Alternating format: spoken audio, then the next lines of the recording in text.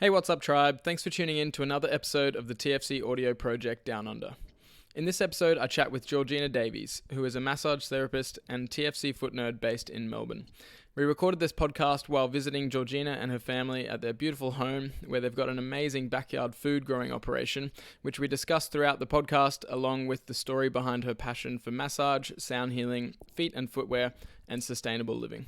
This week's episode is brought to you by the TFC shop here in Australia. We're always looking for new products that we can bring to our community that'll help them live the barefoot life that we're all about.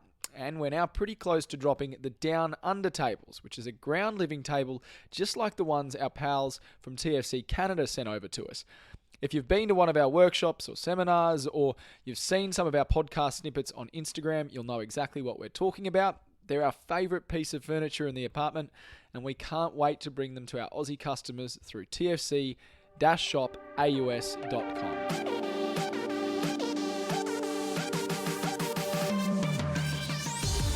Right, so welcome to the podcast, George. Hey, thanks, James. Thanks so much for coming on. I've been really excited for this chat, and we're here in your beautiful home in Melbourne, and on quite a beautiful day after our barefoot nerd hike this morning in the Dandenong Ranges. So it's been a really nice start to the day. And I was saying to Andy on our podcast that we recorded the other day, just how awesome it is to have a tribe of amazing humans all over the place that we get to come and connect with. And especially Melbourne is obviously quite a hotspot for all of you guys. And yeah, it's just been so great to come down and finally connect again in person after a long time of not being able to come down. So, being able to travel down to Melbourne. It's been over a year, it's been almost a year and a half since we last came down with Nick. So, thanks so much for, just being here and coming along to the workshop yesterday, and inviting us into your home, because it's a really special place here.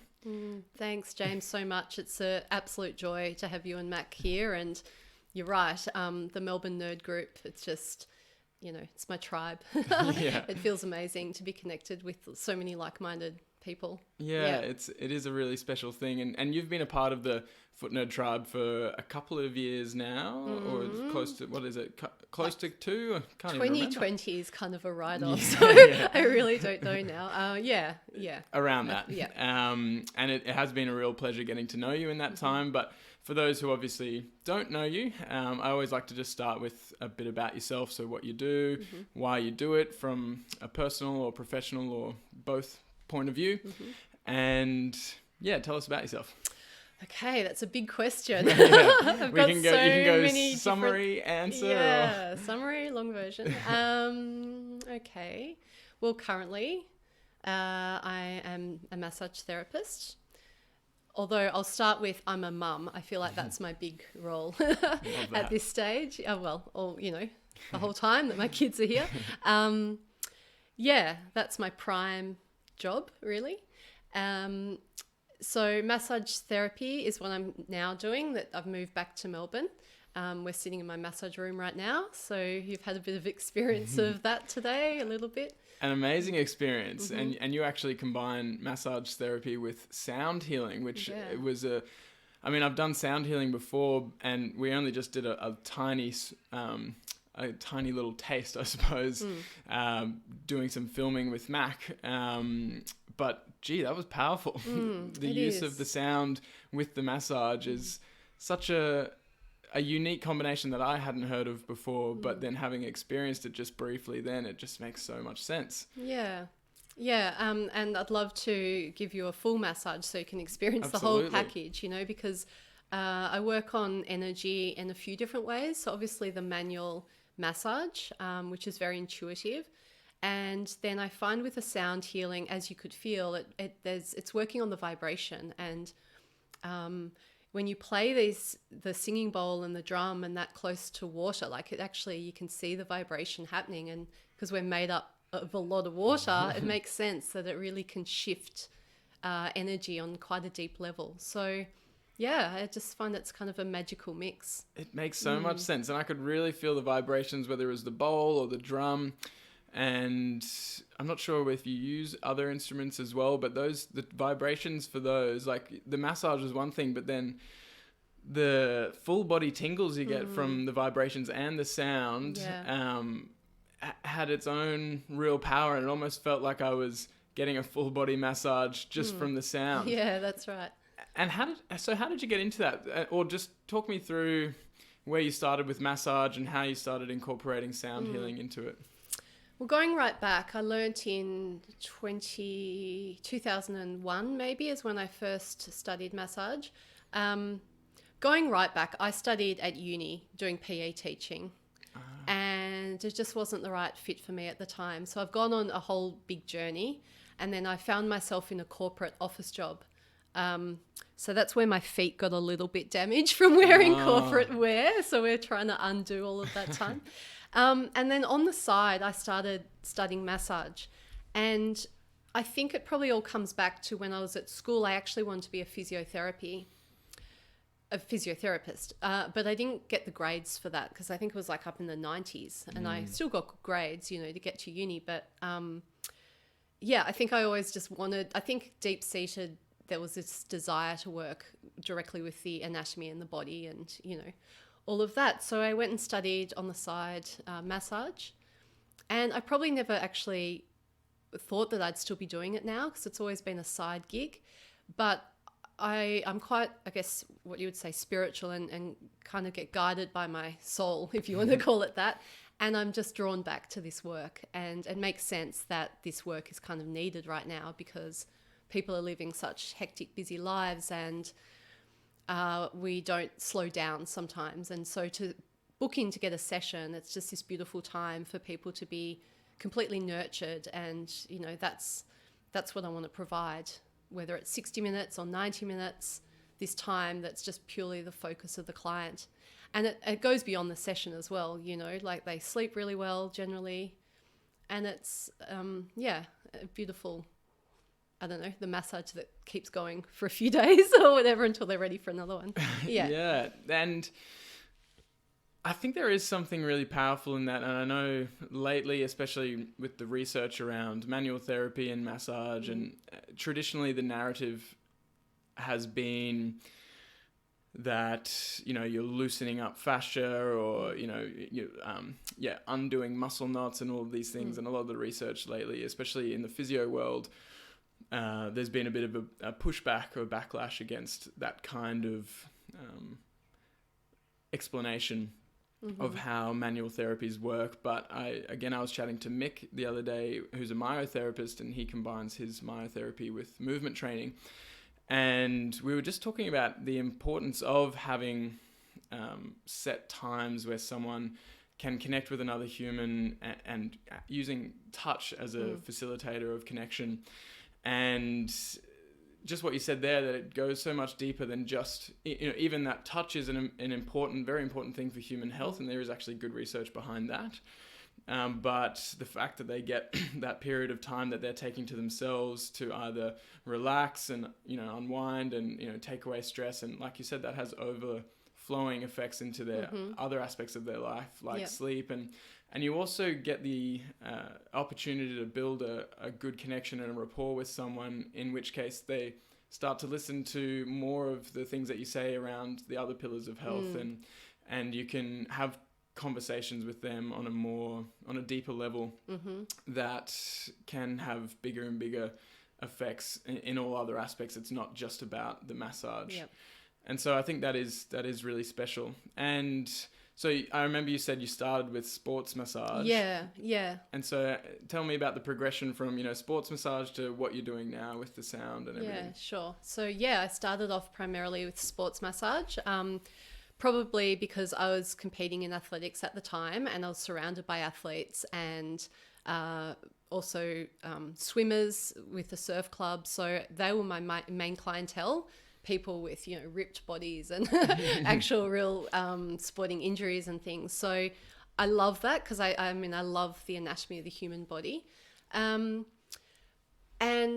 I still have some clients that I do that type of massage with, and I love dropping back into that, but it's kind of very different to where I'm at now. And I think my massage has really evolved to how my personal journey has gone on a bit of a spiritual or personal growth. And I guess now I haven't overthought what I do. I've just brought in tools that I love and feel good for me. And so I just keep bringing in these things. I probably need to stop now with what I offer. I mean, it's good to evolve as time goes on, but I keep bringing new things in, like a cup of tea and an oracle card and this and that. And clients often go home with honey or something from our garden. And it's like, okay, that's probably enough now.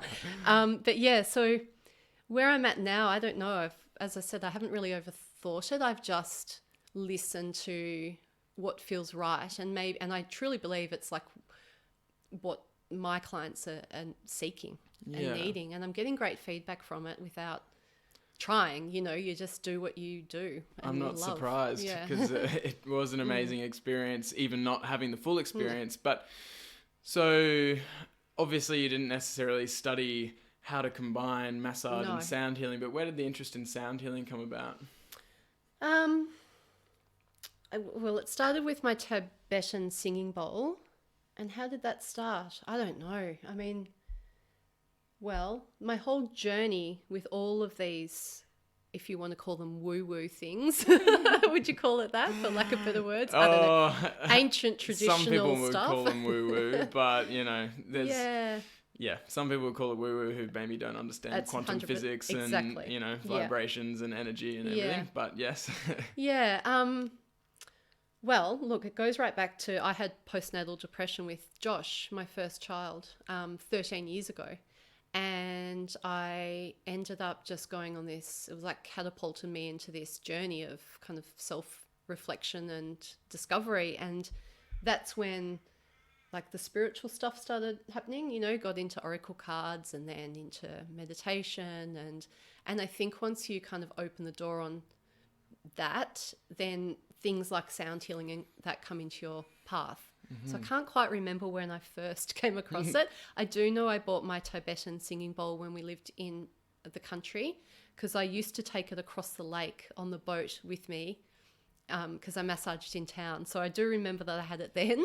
And then, I think I was at a meditation and they did the drum. So I took an interest up in that and then went to a workshop to make this drum here. And was it how did you find sort of initially including the sound healing into a massage? Like, did you just sort of pick the right client who you knew would be open to it? And a little bit. Like, so, I think because it's, I don't know, I think there's probably an element of fearing that it will be laughed at maybe, because it's quite different in a way.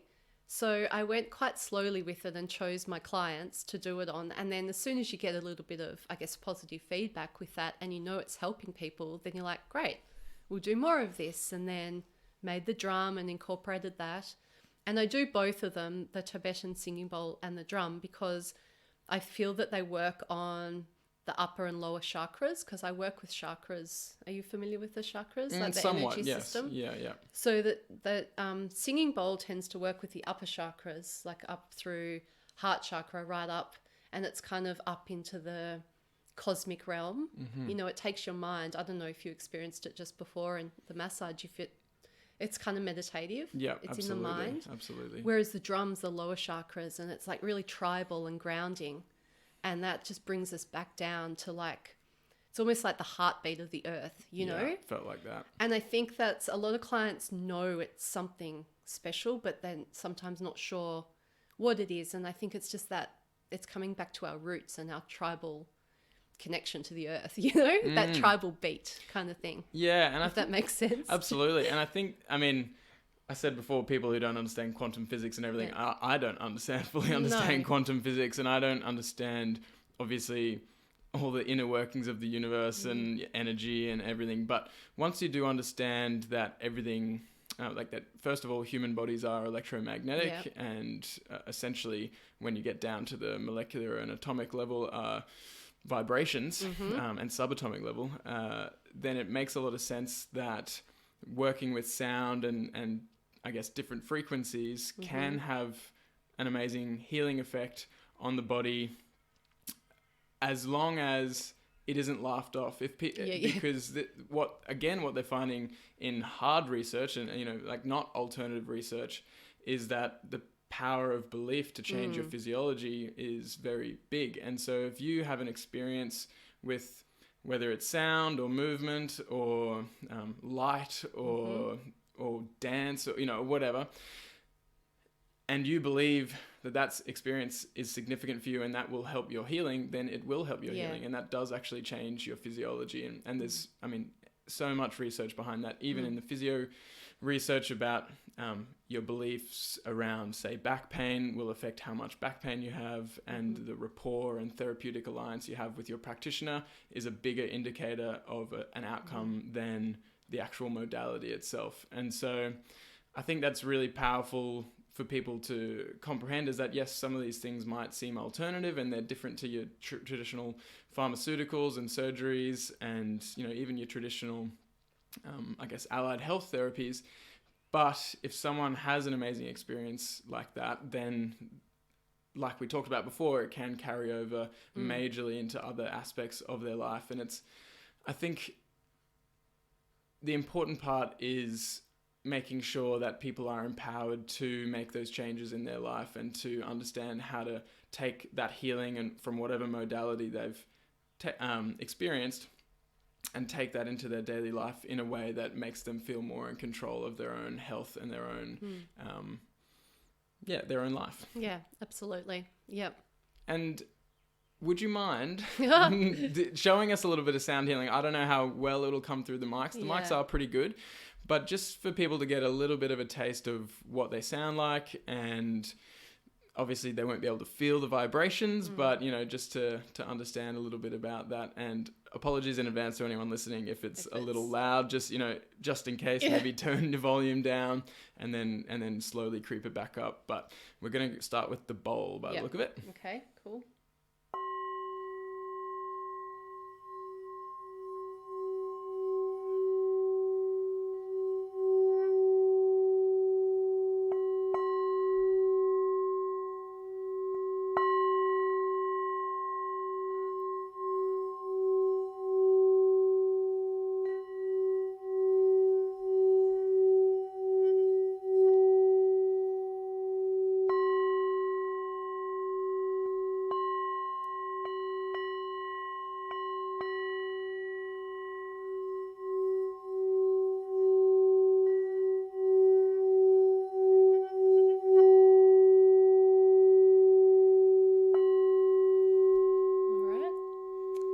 Tends to play differently for each person as well, which I find fascinating with my clients.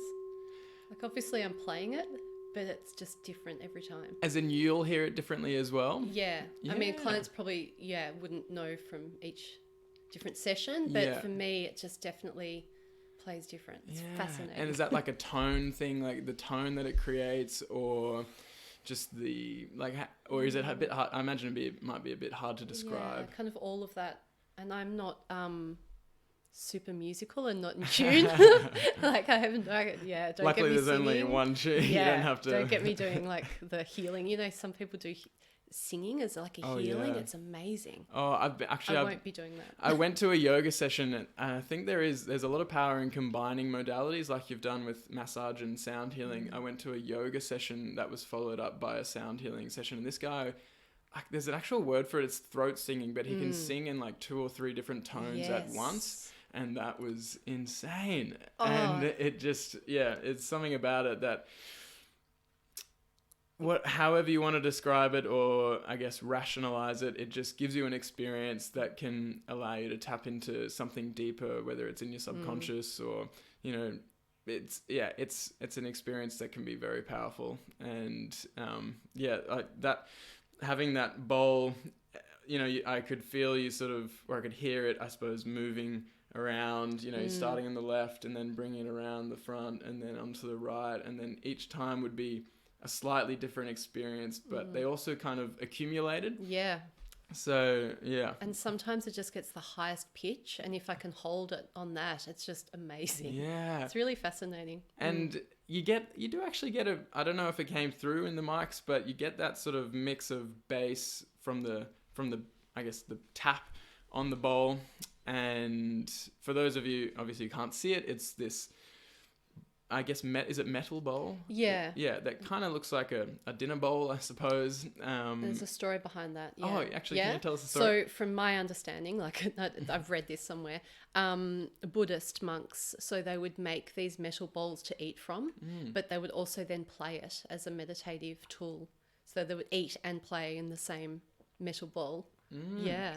Yeah, right. From my understanding, that might be completely wrong, but that's what I've read. It would make sense. Yeah, yeah. And so you hit that, and then you basically are revolving this mallet around the outside of the bowl, and so you get the bass tones of the whack, and then you get this higher and higher in pitch as you move around the bowl, and it actually takes a bit of finesse. I used to play with one in my grandparents' house, and it takes a bit of finesse to actually keep the mallet lightly on the bowl without sort of rattling. Yeah.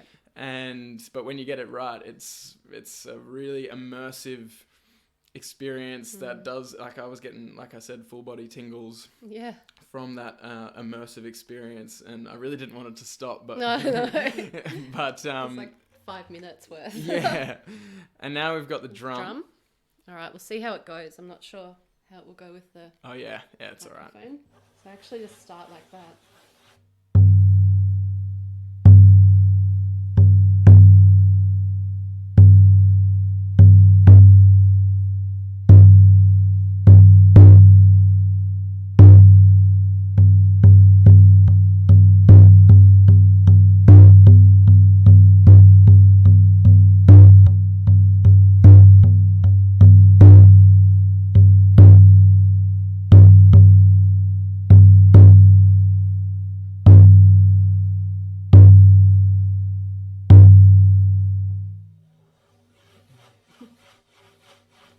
And this, as you saw before, I had to warm it up because it was, I don't know how to describe it, but it was really dull kind of sound. And then, because it's deer hide. Right. Made with deer hide. And did you say you made that one at a workshop or? Yeah, the workshop. So it's got like all writing in it and different things. Yeah. So cool. Yeah. I'm gonna have to do that. I think Nick was experimenting with making a drum actually, and that one looks really cool, and I'd love to have a drum to play. And you're right, there is something that taps into our ancestral heritage there with the beat. It's the most sort of primal of instruments, and humans have been using sounds like that, and especially bass and rhythm, to connect and to, obviously the most obvious example is dancing by a fire to a drum beat. And they'd use that to, in spiritual ceremonies or when preparing for war, and, obviously different aspects of their life, but a lot of it was to do with connection and helping the survival and thrival, the surviving and the thriving of the tribe. Yeah. And so I think it's really cool to bring that back into our modern life for people who probably may have never experienced that, except for maybe, in music class at school, but definitely in a different context and not in such a personal situation. And I just love it. And in the massage experience, the hands were one thing, but then having the drum played close to your body, you can feel the vibrations, and as you moved it from my back all the way down, and I could feel the vibrations changing in each one. And again, it was like the drum was massaging me, but through just the air. And thanks so for being so open to that as well, that absolutely. experience. Also, when I finish massage, I actually pound on the feet, like through the towel. And it's like and I talk to my clients just to kind of bring them back, because after the sound healing, they tend to go off, on this, they're not quite in their body. So we come back down, and I think the pounding of the feet as well, I mean, that's super grounding. Absolutely. Isn't it? Yeah. And you can imagine a whole heap of drums going at once to a rhythm and standing on the ground and feeling all these vibrations go through your feet. They'd be really something powerful about that. Yep. And maybe feet could be a good topic for us to get onto. So obviously Yeah. you're interested in feet, and like you said, you've had your own journey with your foot health from years of being in a corporate job, and I guess having to have a certain dress code of high heels, was it? We probably didn't, but yeah, that's what I wore. High heels and pointy. Norm. Yeah. Wow. You got to have pointy shoes. Ooh. So yeah, talk to me about feet and how you got into the Foot Collective and your own journey, and yeah, like what experiences you've had with clients in terms of feet, and I know that's a lot, but yeah, sure. And let me know if I go off topic, because I tend to rant a bit. So well, the whole feet. So I have always just gravitated to being barefoot, like I remember my parents saying, get shoes on before you go outside and stuff. Like I just always ran around with bare feet and had a gravel driveway and just ran up and down. So I think it's generally a kid thing, isn't it, that you go barefoot? Yeah. But it's always felt really good. And then as I've gotten older, I still consciously would take my shoes off and go ground, because I knew about earthing and grounding, and I just felt better from doing that. And then Andy Bryant got me into the Foot Collective. So super grateful, because it's been the best decision to go down that path. And just obviously the education I've learnt just makes so much sense to me, and made sense. Like I wish I'd known all this back when I was competing in athletics or in the corporate job, right? Because I always knew that high heels and pointy shoes felt terrible, but I kept wearing them, which blows me away that I did that. But we did. all did it. I didn't know any different. We all did it, and you just think that that's how shoes feel Yeah, or something. Like I terrible. remember my first physio job, I got like all the physios would wear RM Williams boots, Yeah. and I was like, oh yeah, RM Williams, they cost $500. They're well-made boots. Wow. And so I went and bought some and spent every day in them, and was like, Mom, my feet hurt. But I mean, funnily enough, I'd already been.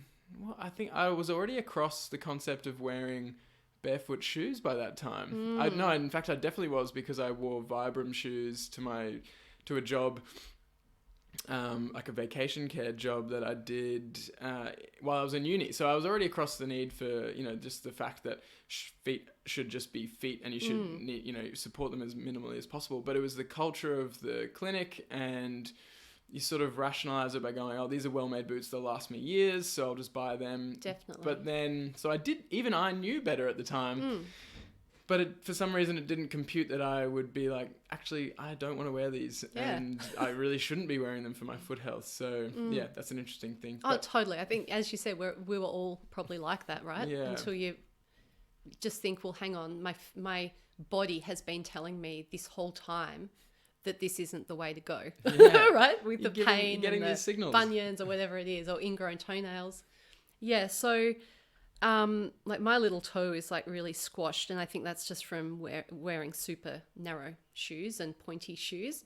And so through my running time, because I competed in different events, 800 meters on track was my main prime event, I had just so many injuries, really, hip injuries, and I spent so much money going to different physios. I was at uni at the time, so I had no money.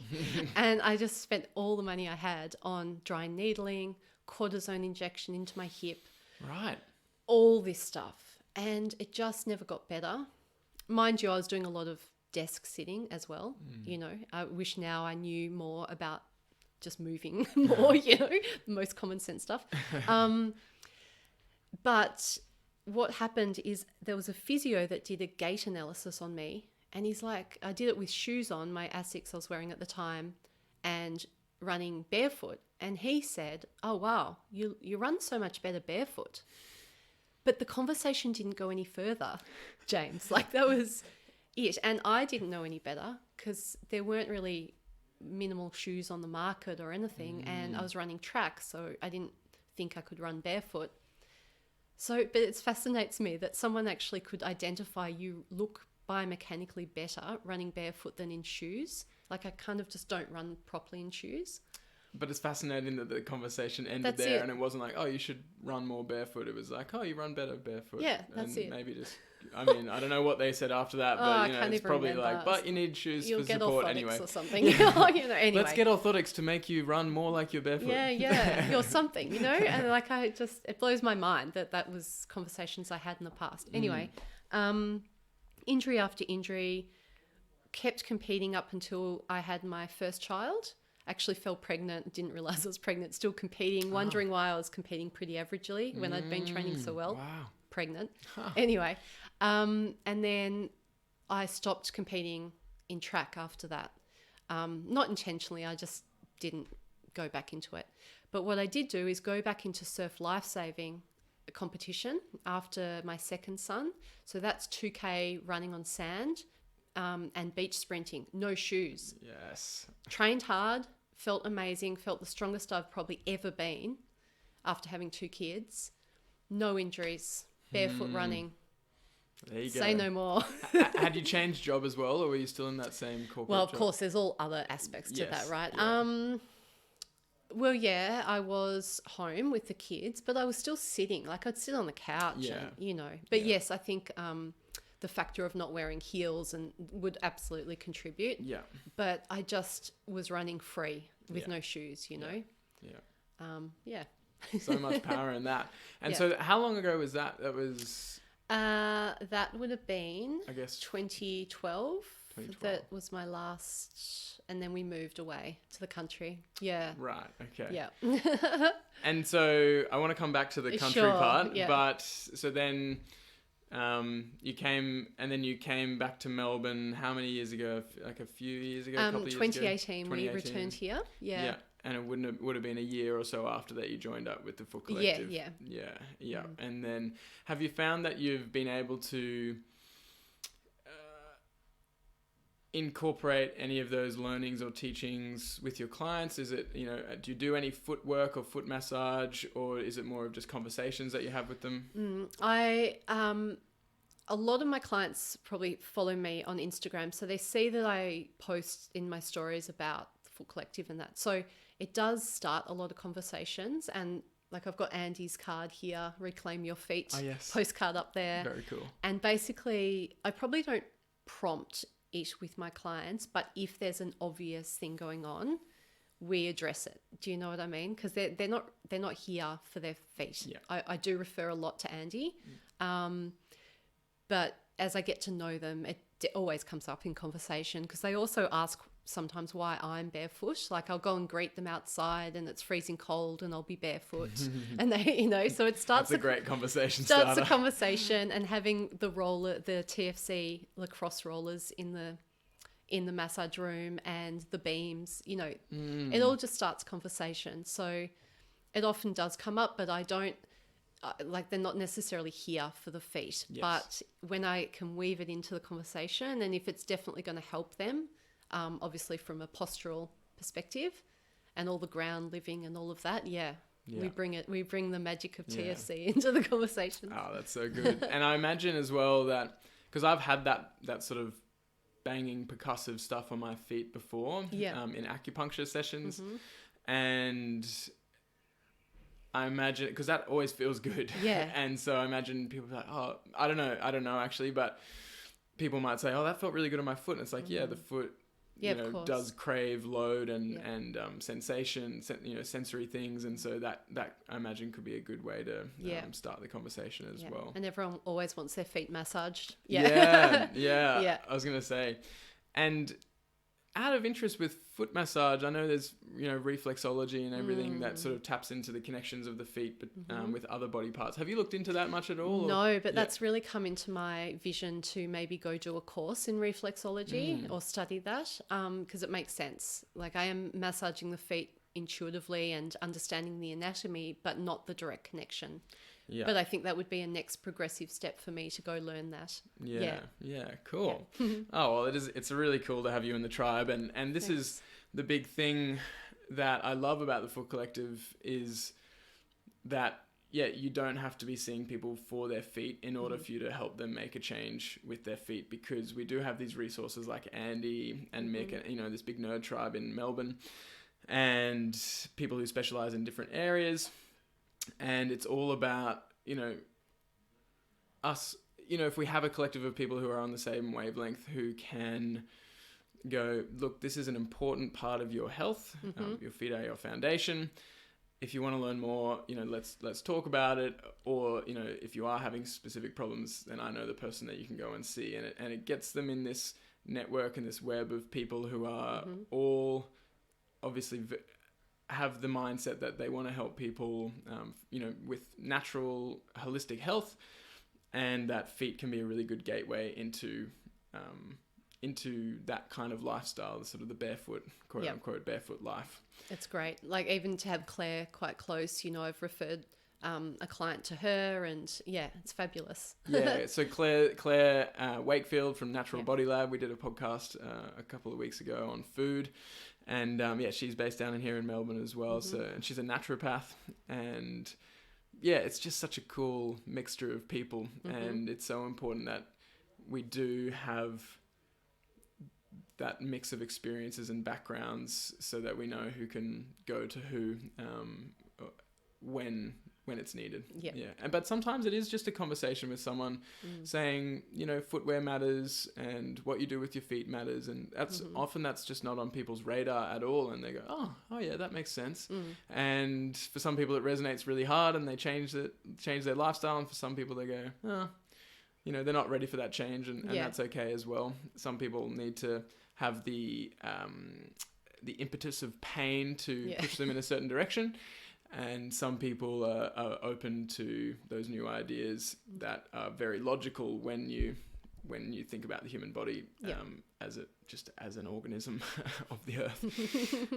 So, speaking of the barefoot life, I obviously actually have a blog on my website called The Barefoot Life, which just goes through the fact that the barefoot life goes a lot deeper than just being barefoot, and it's about connecting with the nature, our own nature as humans, and the fact that we are part of nature. We're not separate in some way, and modern society in every way really is set up to disconnect us from nature, and we all seem to be suffering the symptoms of that disconnection, and whether that's physical pain, mental pain, and so on. And so in that blog, I talk about how living the barefoot life, part of that is going barefoot more often.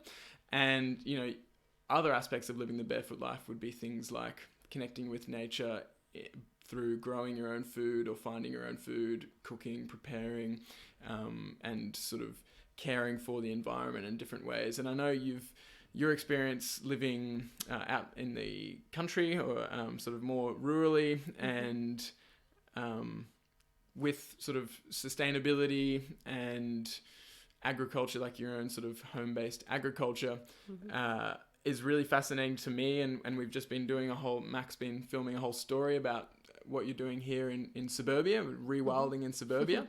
So let's just talk to me a bit about that, and where that interest has come from, and how it's developed, and where you are now. Okay. That's a big question. It is, yes. Sorry, you can do the short version. Yeah, no.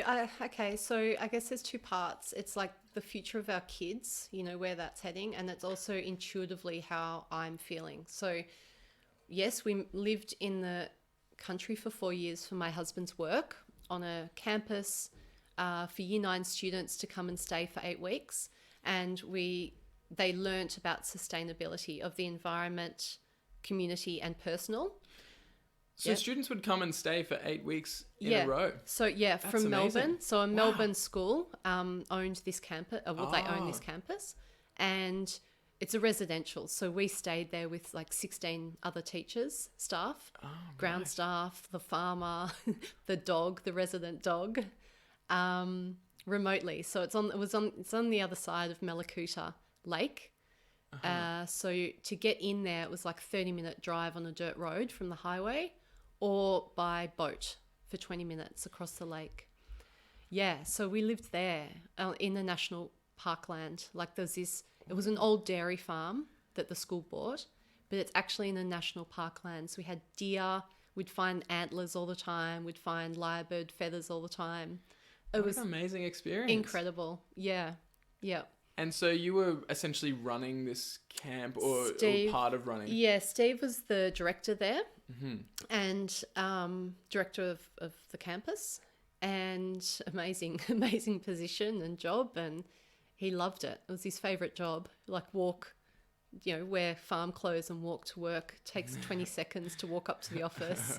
Live there. It was amazing. And we lived there as a family. And so I took the kids to school by boat every day across the Malakuta Lake. I've never had boating experience in my life. I had to go and learn how to drive a Stabbycraft speedboat.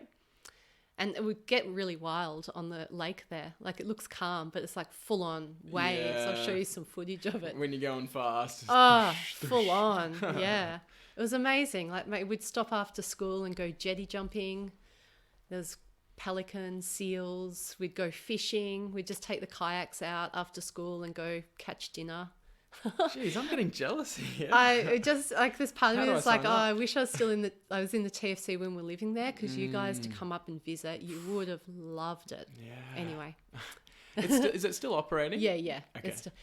Yeah, it is. And the fires went through Malakuta, those horrible bushfires. Right. But the farm, Marshmead, actually didn't get damaged. Oh. It was amazing. All around it was taken out and the farm stayed. So Wow, yeah. that's pretty cool. Yeah. So now I've lost train of thought, Jane.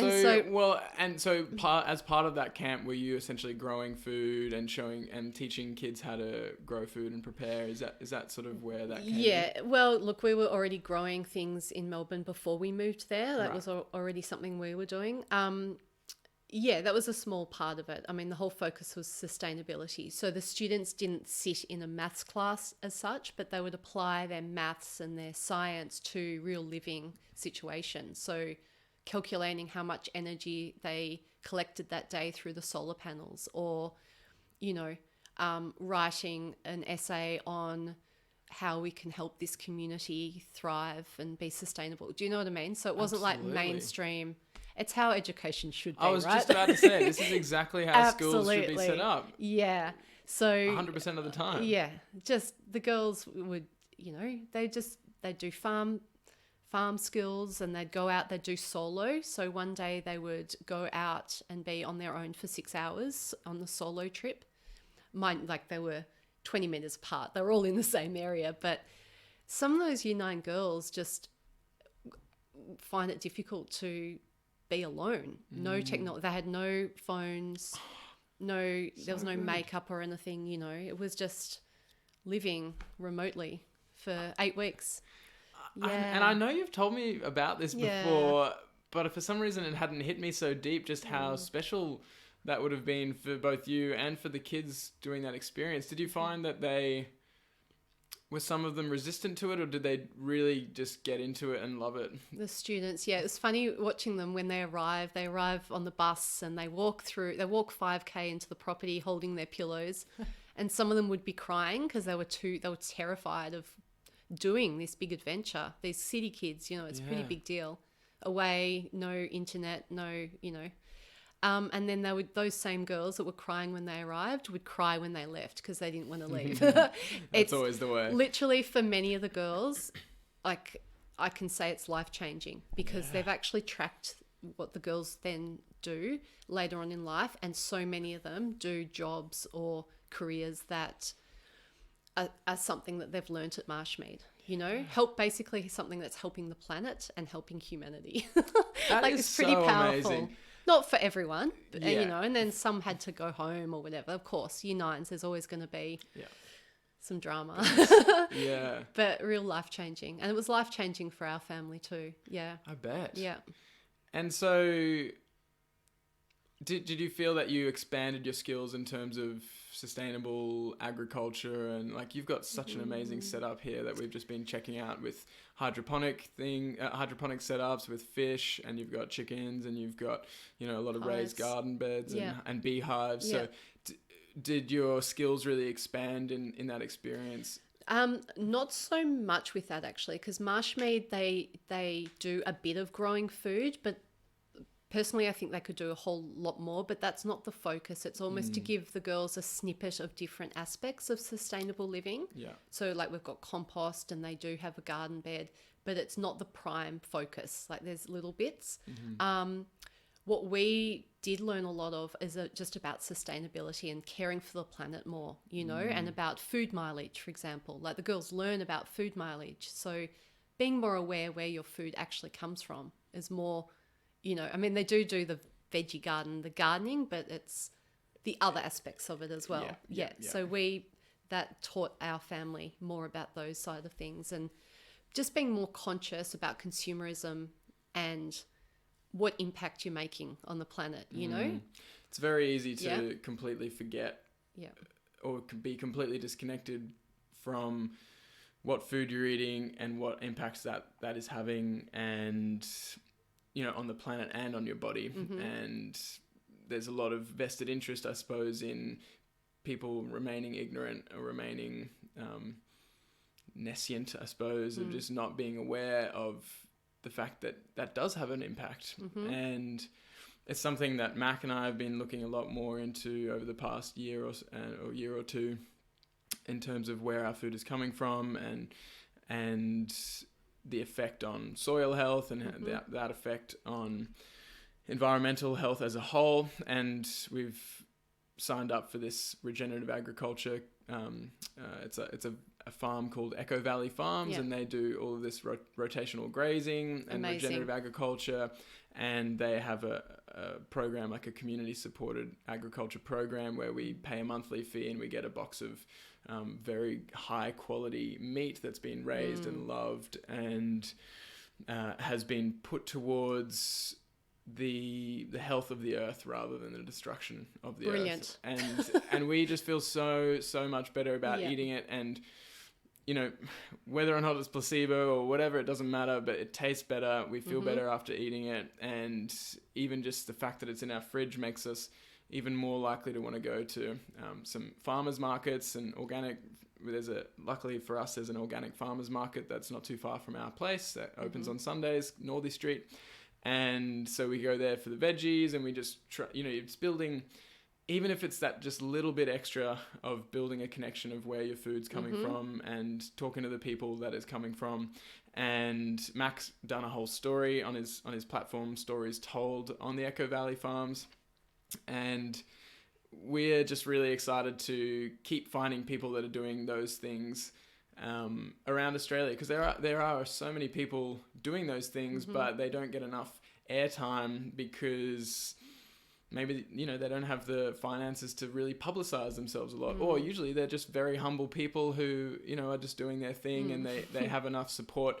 But maybe if more people saw, like say if more farmers saw that story and understood what they were doing, then they would go, oh, maybe I should change my practices. And then that can have a flow on and a ripple effect in so many other areas. And I think it's just really, that's why I'm stoked at what Mac's doing with Stories Told, is because those stories need to be told, and they're not being told often enough, and they're not being seen often enough. And that's another reason why we were so excited to come here and tell your story.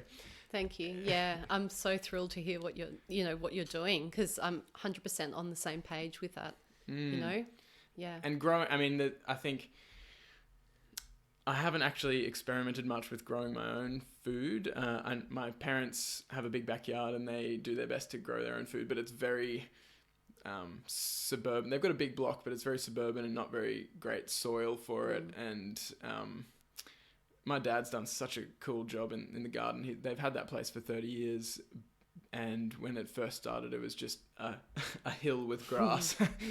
And now it's this flourishing, beautiful, terraced, gardened area. And I love spending time there. But growing food is a bit of a tougher thing there. And then I've moved into an apartment after that. And so, you know, we tried growing herbs, but kind of failed because our balcony gets so much sunlight.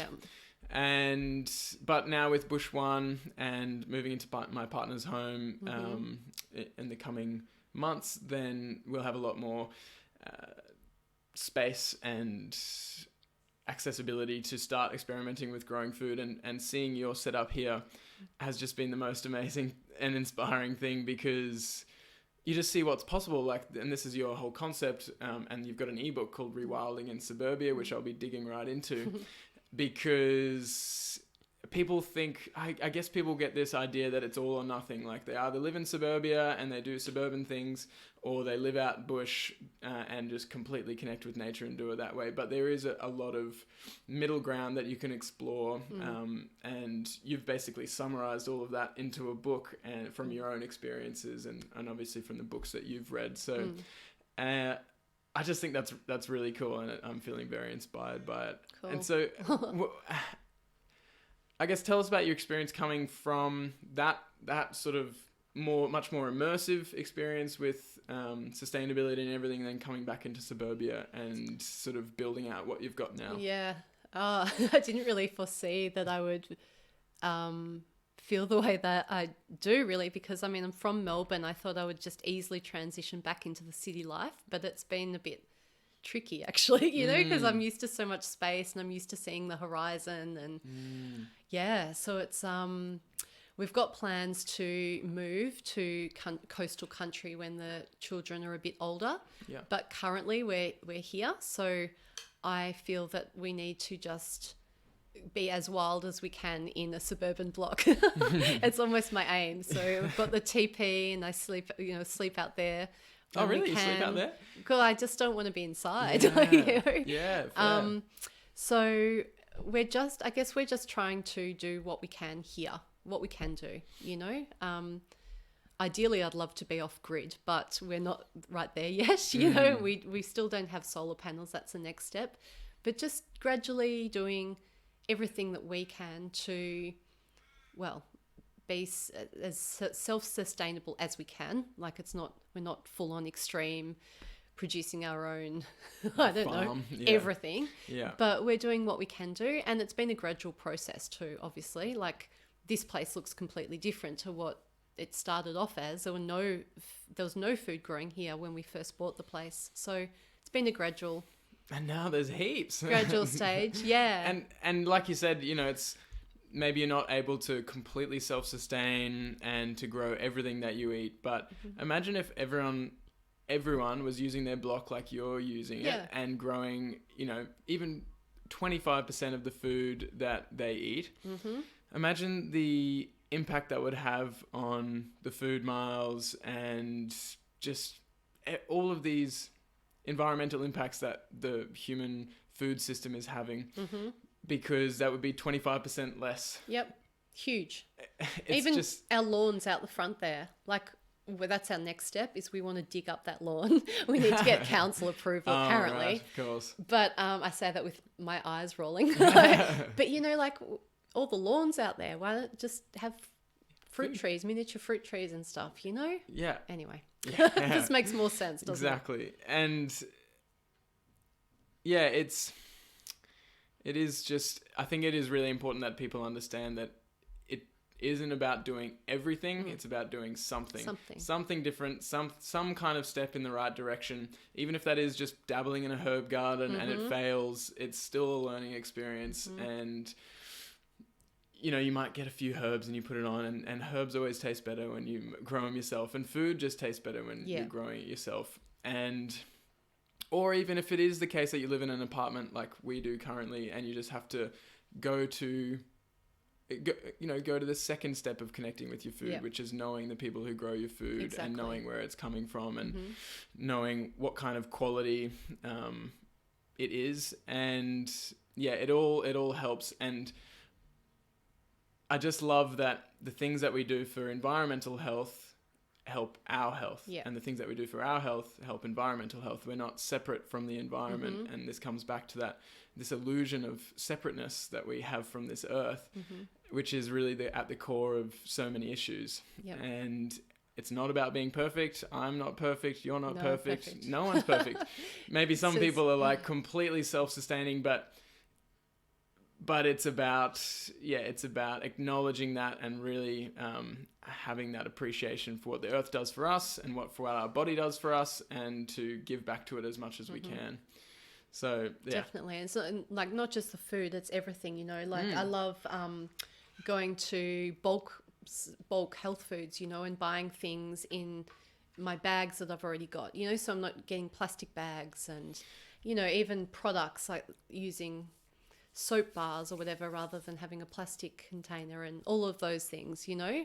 And there's so many of those things popping up lately. Like I've even seen these toothpaste bits where it's no packaging toothpaste, where you get these little, I don't know, they're like little pellets, I suppose, that are natural toothpaste, and you chew on them and then you brush your teeth with them, and then you don't have all these toothpaste tubes. And I actually can't think of more off the top of my head, but I know that I've seen all of these sort of quote unquote technologies popping up that allow us to, another one is, deodorants that I use, like these natural deodorants that are 20 times more effective than your ordinary deodorant, but they're made of essential oils, and bicarb basically is the one that I use. And I can wipe that on my underarm in the morning, and I can do a full day of movement, and I can still sweat, but I don't smell. Yeah, and it's not harming you. And it's not harming me. Whereas the other stuff, like can be linked to cancers and all these things. So you're right. If we do things that are right for our body, it helps the planet. Yeah. And vice versa. Yeah. Right? Yeah. Exactly.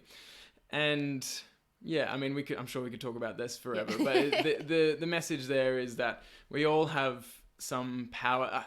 I've found it myself where you can feel like the world's problems are so huge, and humanity's impacts on the earth are just getting to the point that they're irreversible, and that it's like, oh, well, what's the point of doing anything? You know, it's all just going to shit anyway. But being around people like you and immersing yourself in these kinds of conversations and videos, and, you know, watching stories like Max on Stories Told, and all of these things really help inspire you and just make you aware that you can make a difference, even if it's the tiniest difference for the earth. But even in that case, you'd be making a huge difference on your own health. And yeah, I just love that. And I'll definitely be keeping in touch with questions about all of the gardening things. Yeah. And we are actually about to have a delicious lunch. Yes. Which was the sweet potatoes from your garden. Sweet potato. Did you end up catching the trout? I'm not. We didn't, but Steve and the boys might have while we've been talking. Hopefully. Nice. Oh, but that's not for lunch. Actually, no, I think he's cooking it up though for you as well. Oh, really? Yeah. Well, hopefully. Yeah, we'll see. But yeah, so basically mostly homegrown lunch, and so, you know, we've got to experience seeing your garden, get you digging the stuff out, catching the trout. I didn't get to see catching the trout, but I think they were doing that while we're podcasting. And then having that on the table to eat, and yeah, the gratitude. I imagine the gratitude that comes with every meal would be pretty amazing when you do it like that. Hey, absolutely. Like, no words, you know, it's just so rewarding and so fresh, and you know where it's grown, and amazing. Tastes better. Yep. Yeah. And so that lunch is coming up soon, but I wanted to just quickly talk about your experience with surfing, because surfing. You mentioned that in the workshop yesterday is what you like to do for fun. It was a big part of what you like to do for fun, and I've been exploring it a fair bit more. Well, still not as much as I'd like to, because I don't live at the coast, and that makes it harder. But you know, through all the balance training that I've done has given me a good foundation, and exploring surfing has also been very humbling, because you know, you can balance on a beam or a wobble board, but there's a whole other dynamic to surfing, and being able to read the waves, and it is certainly higher risk, because if you get dumped pretty badly, it can be bad. But yeah, I thought I'd just hear about to finish up, and I'd love to do a follow-up podcast as well next time we're down. But just talk to me about your experience with surfing, and if you've got any tips. Or what level are you at with surfing? No. Okay. Let's just take that right back. Okay. Yeah, no, look, I can stand up. Nice. I'm more of a longboard girl, so the shortboard fiberglass isn't my style. I usually surf at Road Night, which has these, down along the Great Ocean Road, which has these beautiful waves. and you catch them at the point, and you can almost ride like 400 meters along on a Wow. longboard. Woo. So that's my style of surfing. Love that. No, I don't really have any tips, James. No. Just keep doing it. Yeah, I just love being in the water, whether I catch a wave or not. And Yeah. my boys love it too. So it's really beautiful bonding time that we have out there, sitting in the ocean and just catching waves. I did go to Urban Surf recently, Andy mentioned that. Yeah, the new one in Tullamarine. That was quite terrifying, really, because I was probably in the category that was a bit out of my league, and it's just so unnatural in a way, because you're right in this point of like this, basically a swimming pool, and then this wave just comes at you, whereas in the actual ocean, you can decide if you're going to catch it or not, but here you've got like 20 people lined up waiting for you to jump on a wave. So it's still great to have that for city people to be able to access surfing. For sure. But no tips. No Maybe tips. my husband's more experienced really? than me. Okay, I'll ask yeah, him. I mean, I've been doing it for quite a few years, but not on a consistent basis. If I lived near the ocean, I would be there every day. Yeah. Even if there's no waves. Yeah, there's something just about being at the beach and the ocean, like you said. It's the perfect spot for barefooting, the textures of the sand and everything, and the ocean itself is like a very earthing, grounding place. Amazing. On that sort of physiological level in terms of the negative ions that you receive and just being immersed in that. And I think everyone sort of intuitively knows that feeling of the ocean is nice, and the fresh air and the sea air and the sun and bare feet on earth. Like, that's why everyone goes to the beach on holidays. Like, people intuitively know it, whether or not they know the science behind it and the physiology behind it or not. And I think you're right. And like, I'm at a level with surfing where it is just literally just do more of it. And I think it's definitely helpful to have some tips to get going, but if you do have a good foundation of movement and mobility and balance, then it is just about getting out there and obviously picking the surf. Like, you don't want to just go out and see what happens. You'll know pretty quick if the surf isn't right for you, but just gradually exposing yourself to more and more, and that's what I've found. And having the confidence, like, obviously that base of mobility and balance is really, really helpful. But just then having the confidence to go, okay, if I crash or if I fail, it is like a really cool meditation. Yes. Where it's the same thing that I find with the beam, but it's not a failure, it's a learning. Okay, what did I do this time? What did I do that time? And it's not even conscious, actually, because I've found that I've just fallen off enough times now that when I now catch a wave, my body just intuitively knows how to move. Yeah. Regardless of, I guess, what the wave is, how to move that will give me the best chance of staying upright. Yeah. And it doesn't happen consciously because I don't really know what I'm doing, but your body just figures it out. And I think that's, I just love to give a lot of appreciation to the body for what it just figures out this sort of, let's call it quote unquote purposeless activity that's just play. It doesn't help your survival at all, but it makes you feel really good. And it does give you a lot of health-giving properties like movement and sun and air and all the things we talked about. But it's just so cool that the brain can figure that out. It's amazing. Yeah, you're so right. I was going to say that actually, that the beam work and balancing absolutely helps surfing, obviously. Yeah. But you can really feel it, that just just perfect to practice. It is, yeah. And the surfing, it is just totally practice. Like, even to know where to be lying on the board. Do you know what I mean? It takes me, when I first get in the water, it takes a few times to, depending on the conditions, where I should be placed on the board. Do you know what I mean? So you don't nosedive or fall off the back. And you're right, it's not necessarily a conscious thing as such. It's not like I'm measuring where I need to be. It's just your body feels what's right on the wave. You know? And I imagine a lot of surfing people be like, well, the beam's so different to surfing, like it wouldn't help. And I've talked to people before who've been like, and it's like, no, what you're training on the beam is adaptability, and you're training your balance system, and you're training your feet to be reactive and, and to provide reactive stability. And of course the surfboard is very different and the waves have another dynamic. But if you can't balance on a beam, you're not going to balance on a surfboard. Yeah. So start on something that's a little more stable and a little easier, and learn how to maintain stability in lots of different positions, and like squatting down on the beam, for example, in a tandem squat or a ninja squat. And I've done these beam surfing movements where you sort of pop up onto the beam and you just regain your balance. And yes, of course, it's different, but you're training the adaptability of your body to then allow you. It's almost like a screening. Like if you can do that on the beam, you've got a much better chance of doing it on the surfboard. Yep. And so, yeah, again, I don't like to sort of push beams, but, you know, find something to balance on, and find, you know, I've got plenty of things on the Instagram that people can look at, you know, even if you just get a plank of wood that is sanded down so you don't get splinters, plank of wood, or just make your own beam, and then just get around moving on that. Great for surfing and great for pretty much anything. Yep. Foot health, ankle health, knees, hips, balance, mind. Yep. So get onto that. But I guess it's time for us to get some lunch. Mm-hmm.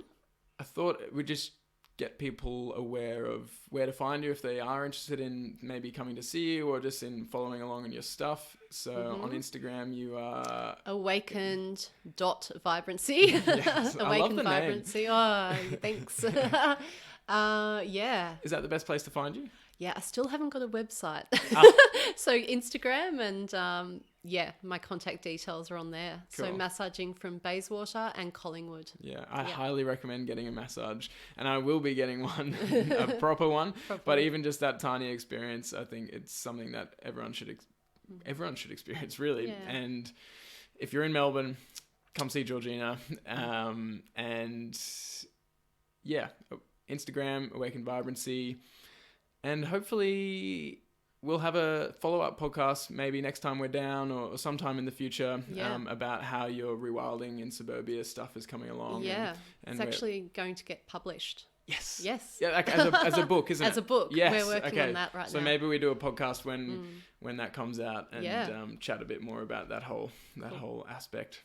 Awesome. Thanks. Thank Awesome. Thanks, James. Time to eat. Bye. Cheers, guys.